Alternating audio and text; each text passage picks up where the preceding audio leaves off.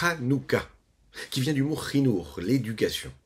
La fête de Hanouka, c'est la fête des enfants. On leur offre des cadeaux, ils jouent avec cette petite toupie, la font tourner. Lorsque les Grecs arrivaient à l'époque, les livres où ils étudiaient la Torah étaient cachés. On leur faisait croire que les enfants jouaient à la toupie.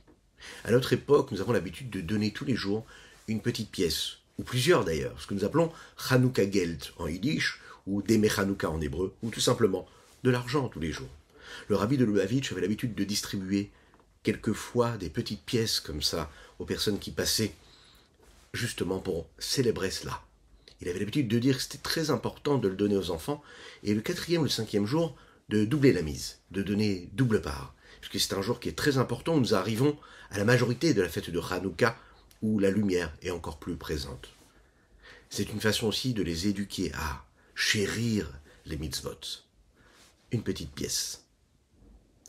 Boker Tov, les Koulam. Bonjour à toutes et à tous. Infiniment heureux de vous retrouver en cette magnifique matinée que Dieu nous offre sur la terre. J'espère que vous allez bien. On va partager ensemble notre Tania du jour. Ça va être exceptionnel. Parce que le Tania d'aujourd'hui, il est exceptionnel d'ailleurs comme celui de tous les jours. Juste après ces quelques notes de Nigun.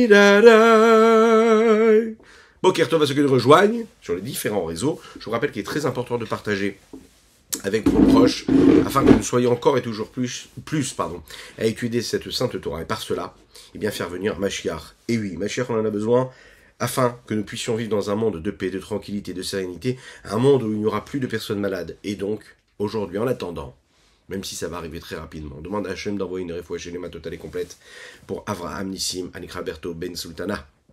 On demande à Kadosh Baruch Hu d'envoyer une réfoua shelema à tous ceux qui en ont besoin dans le Ham Israël. Chacun, où vous êtes, vous pouvez envoyer la dédicace et on en parlera tous les jours. Be'ezrat Hashem, Belin Eder.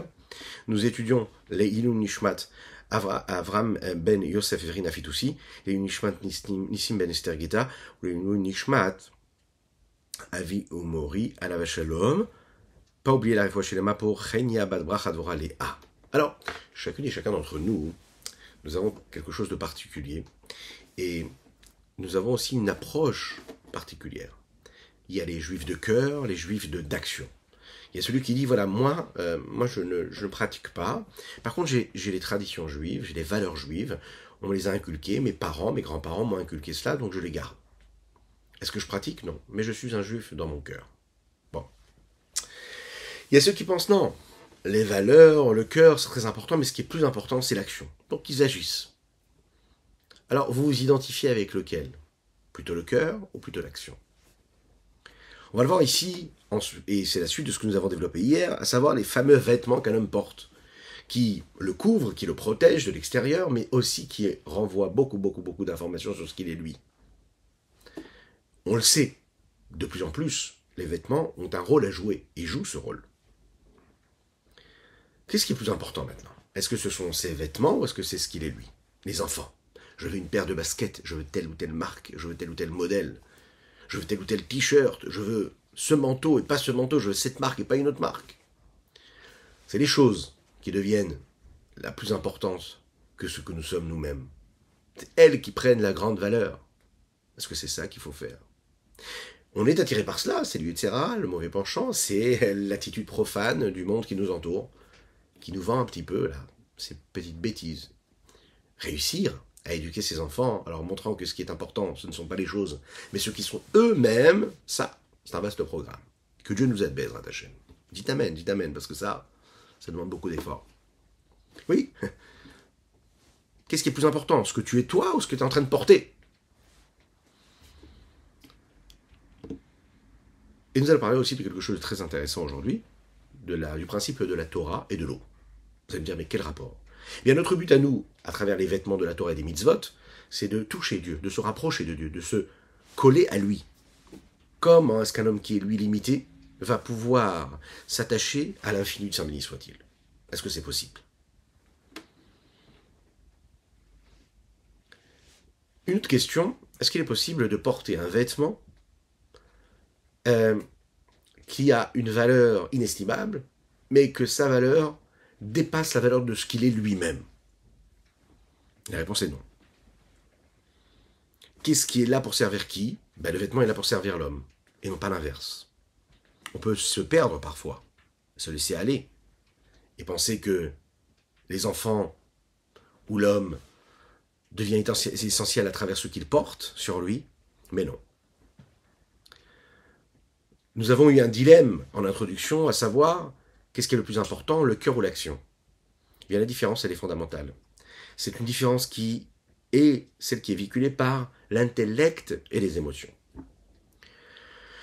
Le juif de cœur, c'est celui qui, essentiellement, comprend qu'avec un cerveau juif, avec des valeurs, avec une vision, avec une aspiration, ou bien un cœur juif, à travers la chaleur juive, à travers les sentiments, les émotions, il peut se rapprocher et il peut accomplir sa mission qu'il a à accomplir ici-bas sur Terre. Le juif d'action, c'est celui qui utilise, par exemple, les vêtements de l'âme qui ont été offerts à l'homme, à savoir étudier la Torah, faire la tefila, accomplir les mitzvot. Alors, a priori, c'est préférable d'être un juif de cœur, parce que ça a l'air beaucoup plus authentique. Le sentiment est essentiel. La réflexion qui va dans ce sens-là est essentielle. Alors que les vêtements, comme nous l'avons dit, sont secondaires. D'un autre côté, un juif d'action, a priori, ça a l'air d'être comme un robot. Il fait parce qu'il doit faire. Il n'a pas de cœur, mais il fait quand même.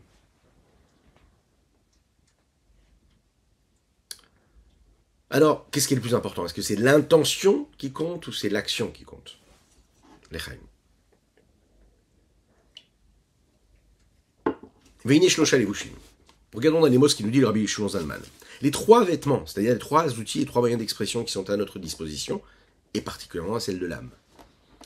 Mais à Torah mitzvotea, shenikraim levushim le nefesh, de la Torah et de ses mitzvot, bien qu'ils soient appelés des levushim, des vêtements, ruach unshama, c'est-à-dire pour les trois parties de l'âme, nefesh, ruach et shama, im kol ze gavav gadla malatam lenketz vesof al malat nefesh ruach unshama atzman.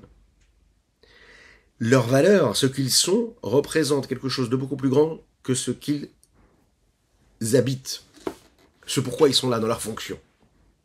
Comme Shkatu Vazoar, comme il dit dans le Zohar. La Torah et Dieu, c'est une seule chose. Ce n'est pas deux choses différentes. Pérouche, on explique.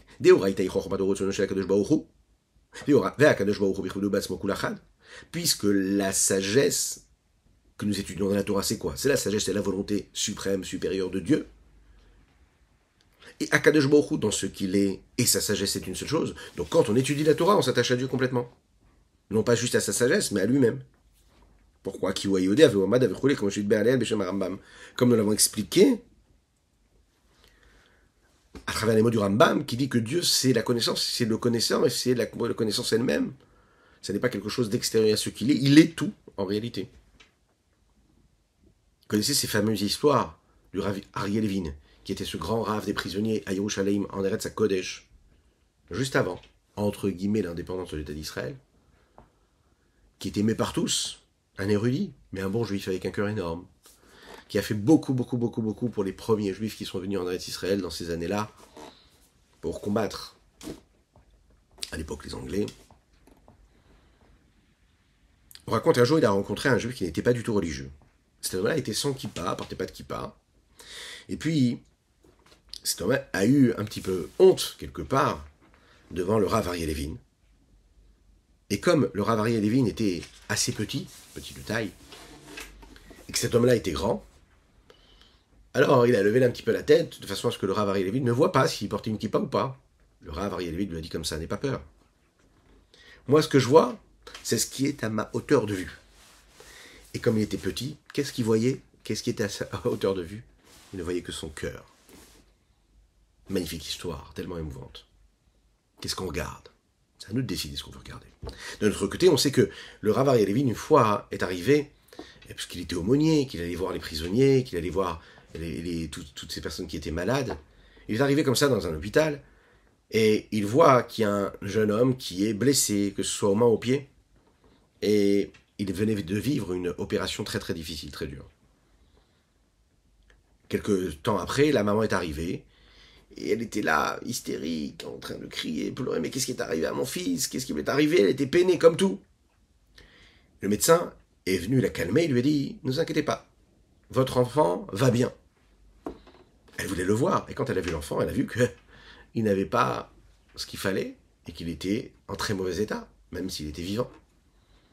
Elle dit au médecin, elle dit, mais comment est-ce que vous pouvez me dire que mon fils va bien, alors qu'il a vraiment un grave problème maintenant de santé?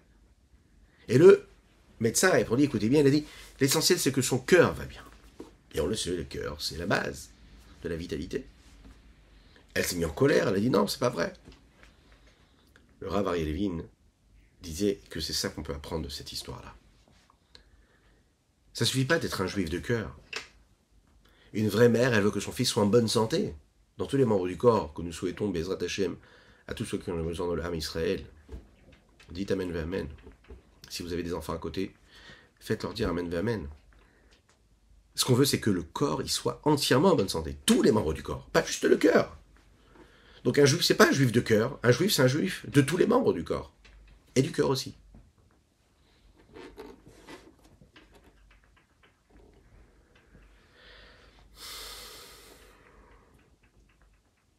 Akadosh Baruch Hu est infini. D'accord? Si Dieu est infini, comment est-ce que je peux le saisir? Prenons un petit verre.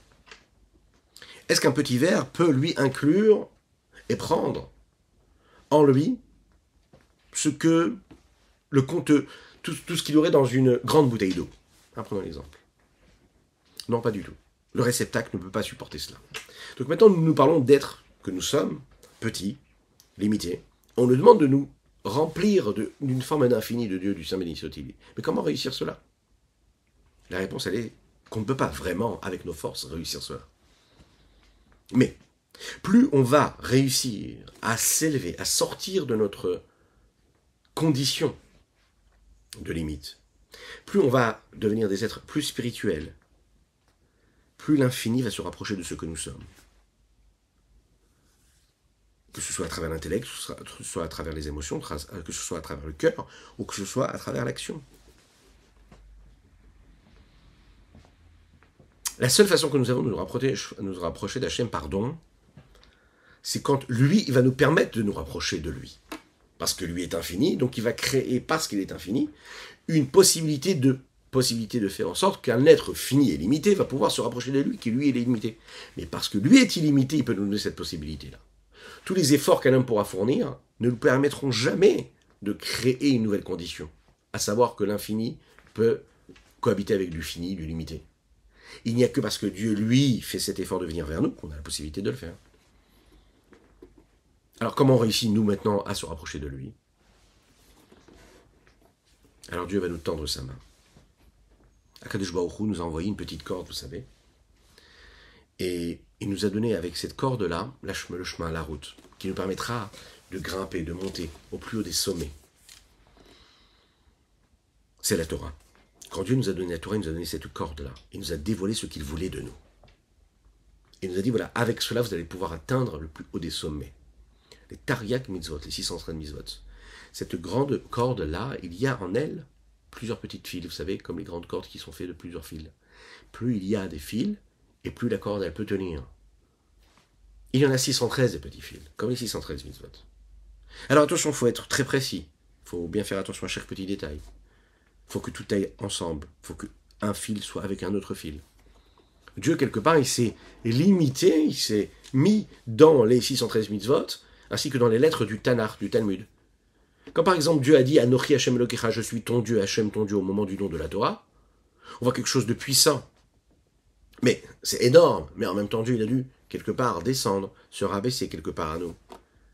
Il a pris sa lumière, il a compressé, il a adapté, il a voilé, afin que cet infini-là puisse devenir ces trois mots. Anochi Hashem Elokecha, je suis Hashem ton Dieu. Et c'est la même chose avec toutes les prophéties qu'il va offrir aux prophètes du Dieu à Israël, du peuple juif. À chaque fois, il va se rabaisser quelque part. Il va amoindrir ce qu'il est, dans le sens où il va se voiler pour qu'on puisse recevoir. Tout est pour nous, afin que nous puissions nous le saisir. Parce que sans ça, on resterait dans l'obscurité. Il est dit comme ça, Bemokom shata motse gdulato, shamata motse anvatanuto. À l'endroit où tu trouves sa grandeur, tu pourras trouver aussi sa modestie. Parce que Dieu est grand, alors il est capable de se rabaisser quelque part et de se limiter dans ce monde matériel, physique et en chacune et chacun d'entre nous. Il va prendre sa lumière infinie et il va la mettre dans les 613 mitzvot ou dans les versets de la Torah.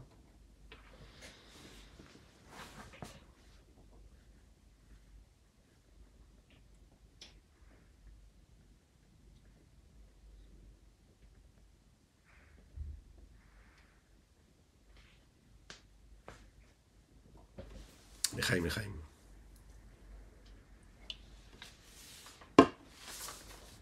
Et bien qu'Akadosh Baruch Hu soit appelé l'infini, et on sait qu'à sa grandeur il n'y a pas de limite, il n'y a aucune pensée qui puisse le saisir. Il est dit que par rapport à sa volonté et sa sagesse, personne ne pourrait vraiment réellement le comprendre. Il est dit si tu cherches Dieu, tu crois que tu vas le trouver. Que le marché votechem, c'est dit aussi que mes pensées ne sont pas vos pensées. Une pensée humaine ne pourra jamais saisir une pensée divine. C'est sur ceci que les Chachamim, nos sages, disent. Là où tu vois la grandeur de Dieu, tu vois aussi sa modestie. Qu'est-ce qu'il fait?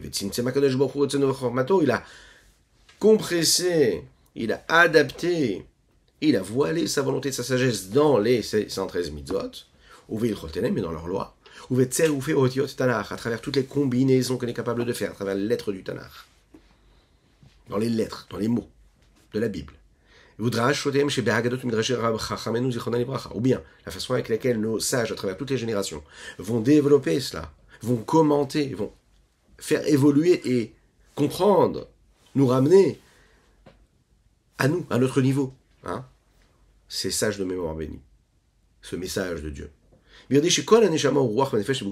que toute neshama, ruach nefesh, c'est-à-dire les trois parties de l'âme, qui se trouvent en chacune et chacun d'entre nous, qui se trouvent dans le corps de l'homme, Tuchal et Asigan Bedata pourront et réussiront à saisir dans leur connaissance et leur conscience la volonté de Dieu et sa sagesse.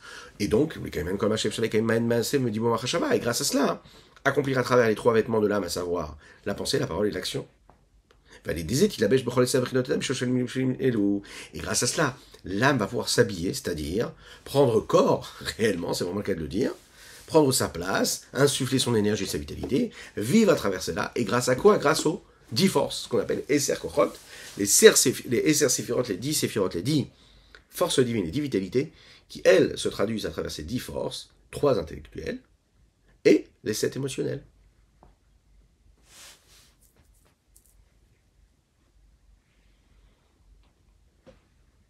Lorsqu'une femme elle va choisir des bijoux, elle va regarder un bijou, elle va regarder un autre, elle va regarder encore un autre. Et là, elle essaye. Elle dit non, ça ne me correspond pas. Non, ça, c'est pas moi. Et puis elle essaye autre chose, encore autre chose. Bon, quand elle arrive à celui qui est le plus cher, je plaisante, quand elle trouve vraiment celui qui lui plaît, elle dit ça, c'est moi. C'est vraiment moi. Vous connaissez cette expression. Pourquoi est-ce qu'elle dit ça, c'est vraiment moi? C'est pas elle, c'est le bijou, et elle porte un bijou. Il y a des moments de notre vie où on se dit, ça c'est moi. Parce que j'ai cet objet, parce que je le vis de cette façon-là, ça c'est moi, ça me ressemble. Ça c'est moi. On est capable de se limiter à un petit objet, à un petit bijou. Qu'est-ce que cela veut dire? C'est-à-dire que souvent, les petits détails et la méticulosité des choses nous permettent de limiter tous ces petits détails à ce que nous sommes. Mais en fait, ce ne sont pas des limites, c'est aussi une grandeur. Parce que ça veut dire qu'à travers ce petit bijou-là, je vais réellement être et révéler ce que je suis. Ça me ressemble, c'est moi. Et bien qu'Akadosh Baruch Hu, c'est pareil. À travers tous les petits détails, les petites nuances de loi qu'il y a dans les 613 mitzvot, eh bien c'est lui. Tu veux saisir Dieu? Eh bien, il va falloir que tu choisisses tous les petits bijoux qui sont à ça à t'apporter. Ces bijoux-là, ce sont toutes les mitzvot et tous les petits détails qu'il y a dans les mitzvot. Parfois on se dit, mais allez, je fais la mitzvah, mais qu'est-ce que ça change si je fais comme ci ou comme ça? De toute façon, Dieu, il connaît mon cœur. Pourquoi est-ce qu'il va... qu'est-ce que ça change si je me mets comme ça, ou si je prie de cette façon, si je m'habille de cette façon? Si je prie de cette façon, si je fais la mitzvah de cette façon, si je suis méticuleux comme ça va, Dieu il est grand, il sait, il connaît mon cœur. Pas besoin, il n'est pas dans ses détails. Eh bien, faux. Non, Dieu, il veut les petits détails. Comme une femme qui choisit les bijoux et qui va choisir dans les petits détails ce qui lui correspond. Dieu nous a donné des détails, et nous, ce qu'on doit faire, eh bien, c'est faire attention à tous ces petits détails.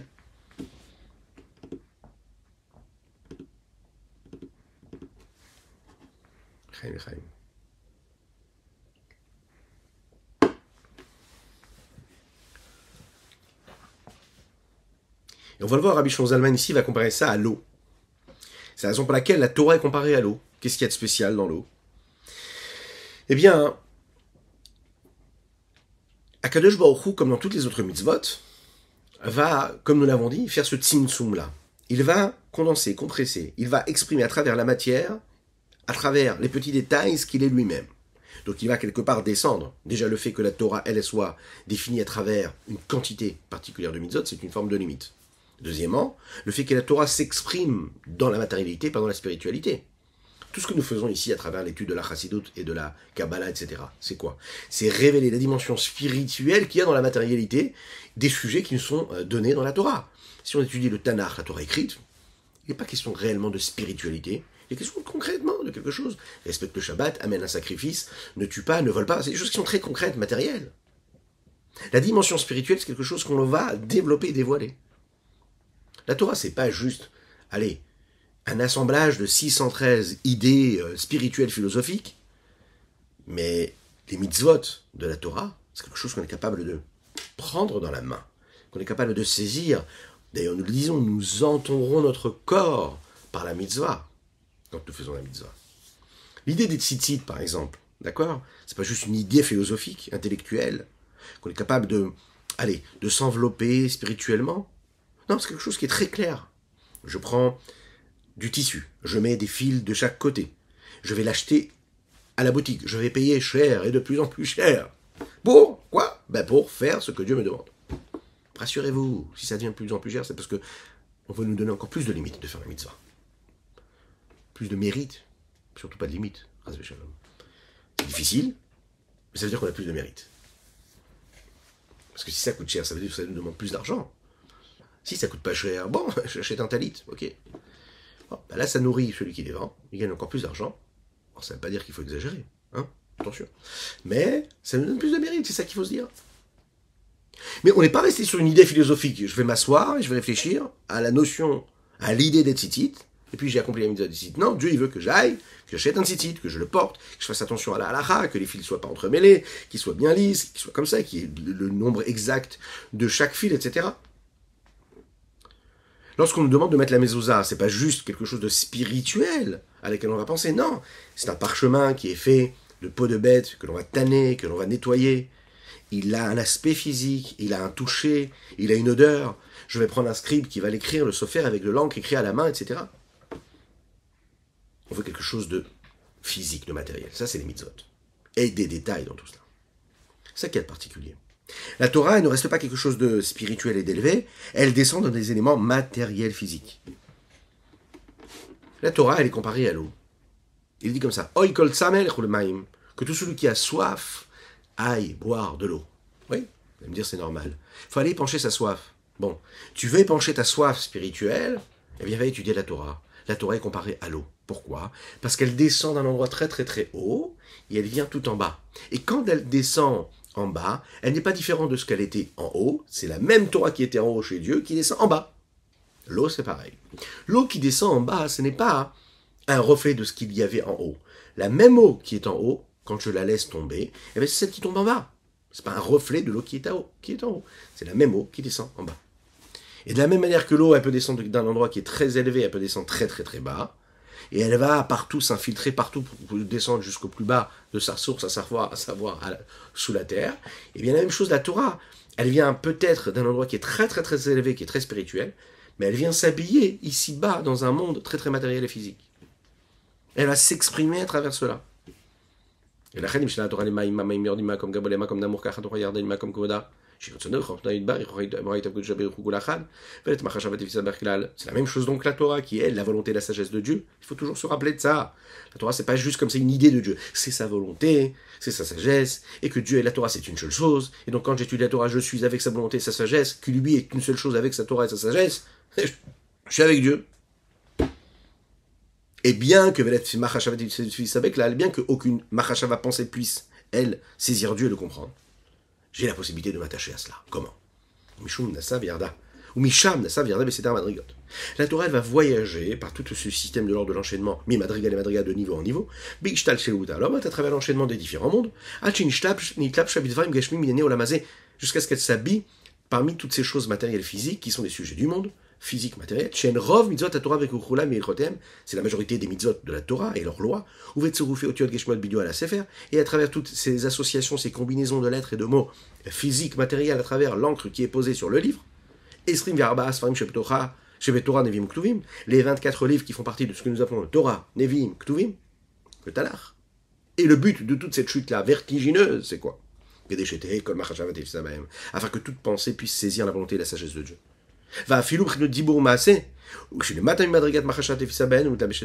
Et même le niveau qui est le plus bas, à savoir la parole, parce que la pensée ça reste encore quelque chose de subtil, de raffiné, de spirituel, la parole qui devient beaucoup plus physique, et encore plus bas, l'action.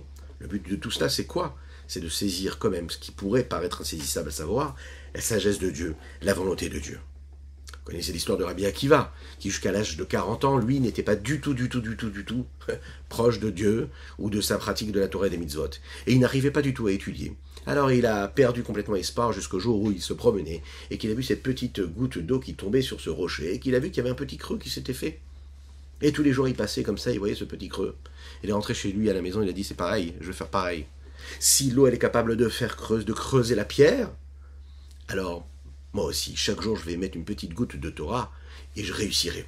On ne peut pas se dire, non, mais je n'y arrive pas, ça m'a l'air incompréhensible, je suis trop vieux pour ça. 40 ans, il avait Rabbi Akiva, vous imaginez, jusqu'à aujourd'hui, la Torah que nous avons, elle dépend de lui. Rabbi Akiva, 40 ans, il a commencé. Il s'est dit tous les jours une petite goutte et à la fin, j'y arriverai.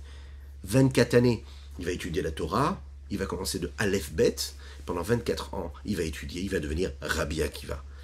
Eh bien, qu'est-ce qu'on apprend de cela? Même si ça nous paraît complètement détaché de nous. On étudie la Torah, on ne comprend pas, ça ne me touche pas. Non, pas du tout. Eh bien, il faut se dire que petit à petit, on s'investit. Si on étudie avec intensivité, avec méticulosité, avec largesse d'esprit et de cœur, alors à ce moment-là, ça va s'immiscer en nous, entrer en nous et s'imprégner en nous. Voilà ce qu'on pouvait dire pour notre Tanya du jour. Je vous invite à le partager, liker et commenter, afin que nous soyons encore et toujours plus étudier cette Sainte Torah. Que Dieu fasse que notre prochain rendez-vous, on le vive avec Mashiach sur l'esplanade du Beth Amikdash, Bezrat Hashem Yerushalayim, reconstruite. À bientôt.